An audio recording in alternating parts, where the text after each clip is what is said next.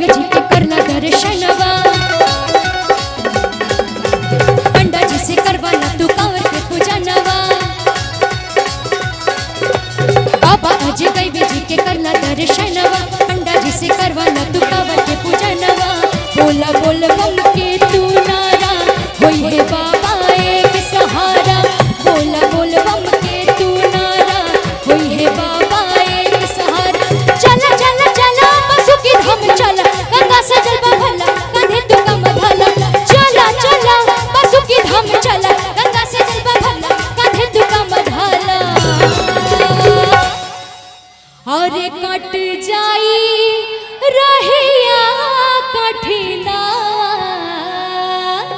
कि बोल बम का नारा है।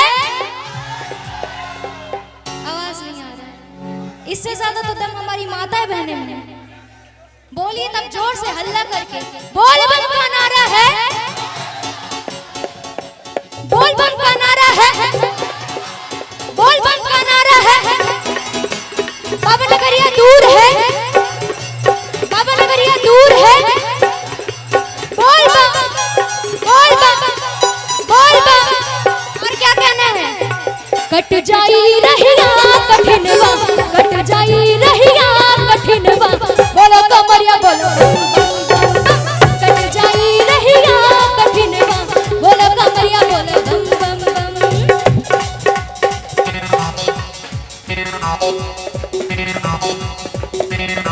तालियों के साथ बोल बम, जय हो। आप लोग भी तालियों के साथ